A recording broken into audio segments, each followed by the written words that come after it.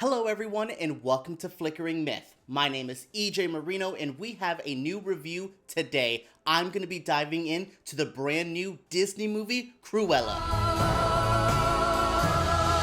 Before watching Cruella, I had no idea what to expect. That first trailer gave me Harley Quinn, Suicide Squad vibes, but then the second trailer gave me Devil Wears Prada vibes. So I walked in going, what the hell is this movie going to be? Well, this movie is pretty damn awesome. From start to finish, there is maybe a slight lull in the middle where I feel like it could be edited down just a bit, but honestly, throughout this whole movie, from start to finish, I was enamored. I was in love. I was sucked into this universe, this 70s punk rock London-based setting, which is so dope, starring some amazing actors doing a completely campy, over-the-top performance. This is so good, so on point, so exactly what Disney needed. This is something to me so different from their usual brand, but it's not trying too hard to try to be something else. We're not trying to do an adult movie. We're not trying to do something that doesn't feel like Disney. This feels like Disney at times, but it feels more mature, more adult, a little bit more risque at times. There was times in this I was just like, wow, they're talking about murder a lot in this Disney movie. You're really pushing that PG-13. This movie pushes boundaries. It says, here's the line, we're gonna cross the line, and I absolutely love it. These are words I never usually use for a Disney movie. You know me, I am hit or miss on the brand. Sometimes I like them, sometimes I don't. But if they made more movies like Cruella, I would be an addict. Trying to sum up the story of Cruella is a little difficult because this movie is somehow a revenge movie, a heist movie, a campy fun fashion show, but also a origin story for one of the most iconic characters. It's pretty crazy. There's a lot happening here. Basically, we have Cruella who decides to get into the world of fashion after living a life as a street thief. So she's like, okay, I want to make something better for myself. I have a rocky history with my mother being murdered, so I need to figure out my past. She starts working for somebody who may have a connection to her past. So this leads her down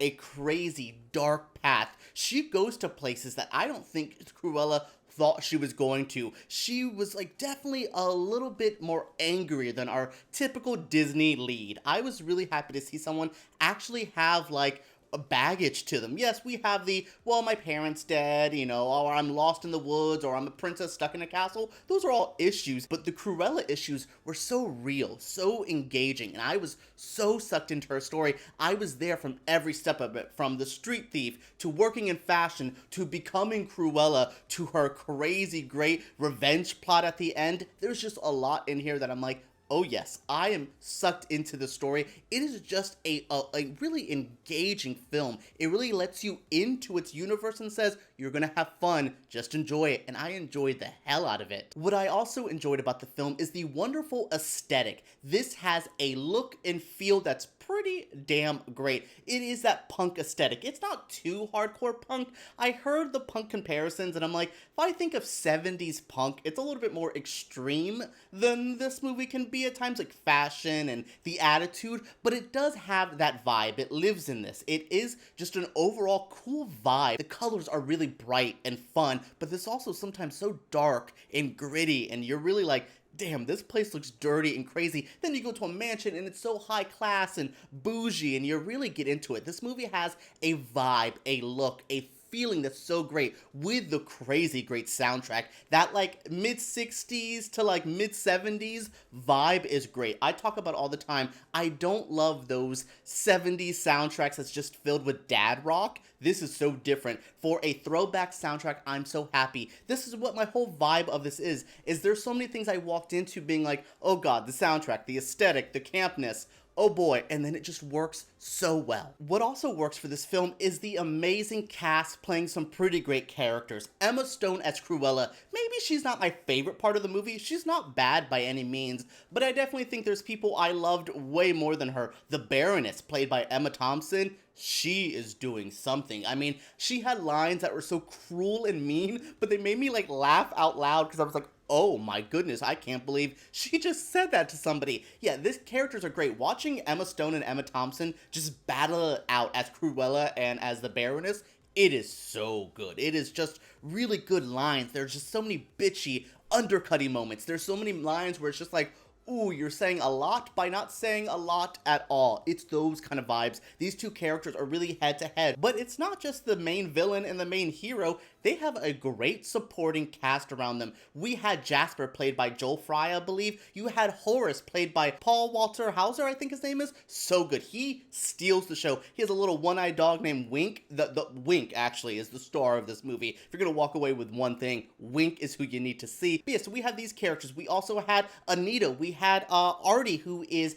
a queer character, a very out, fun, vibrant, flamboyant man that doesn't feel like a bad part of this movie. I mean, he gets along with like the thuggish street guys as well. It's like everyone just works together. This feels like a family that they're building here, which is great. Like, I believed these characters. I wanted them to do well. I was invested, which is so hard to do. Problem with a lot of Disney movies I have is I don't get invested with their characters. With all the amazing acting here, it is easy to get into these characters, to get into this universe and feel for them. I felt for Cruella. I thought of her as, oh, the puppy murderer from 101 Dalmatians, and that's still there. They definitely try to retcon her character to be less just outwardly evil. She's still maybe not the best person, but she's not the puppy Skinner we know from 101. So I was just like, oh god, it's going to be a whole movie where I have to sympathize with this character, and no, she is not sympathetic. She's not really even asking for your sympathy at times. She's just doing what she feels needs to be done, and I believe it.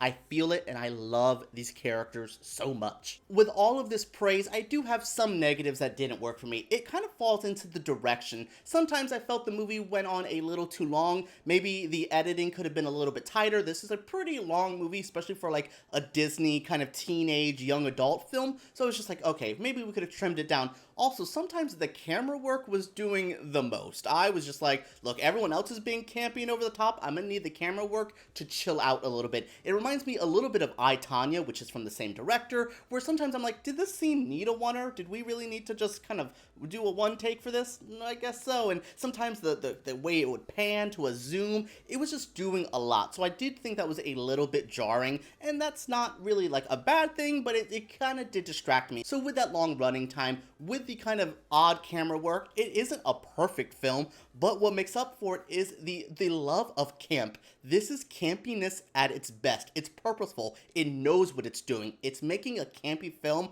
without being unaware of it or without doing it just to like make a campy movie. It is just truly owning itself with its colors, with its characters, with its story and universe. I love it. So that really helps make up for some of the times I didn't love the camera. Sometimes I didn't love the length of this movie. Like I said, in the middle, I was just a little like, okay, we can kind of start wrapping it up, and we started wrapping it up, and it just knew it perfectly. So like I said, I have issues, but those don't really weigh it down enough for me to be like, nah, this isn't great. No, this is pretty damn great. Alright everyone, that was it for my review of Cruella. I had to dress up nicely for this review because I am so excited about this film. I haven't loved a Disney movie like this in a while. Like, it has been quite some time since I was head over heels for a movie about a Disney character, but oh boy, this might be one of their best live action adaptation, remakes, sequels, whatever they're doing. This is probably one of their best ones yet. So good. Alright everyone, what did you think of this review? What do you think of Cruella? Let me know down in the comments below. Subscribe to Flickering Myth because we make videos like this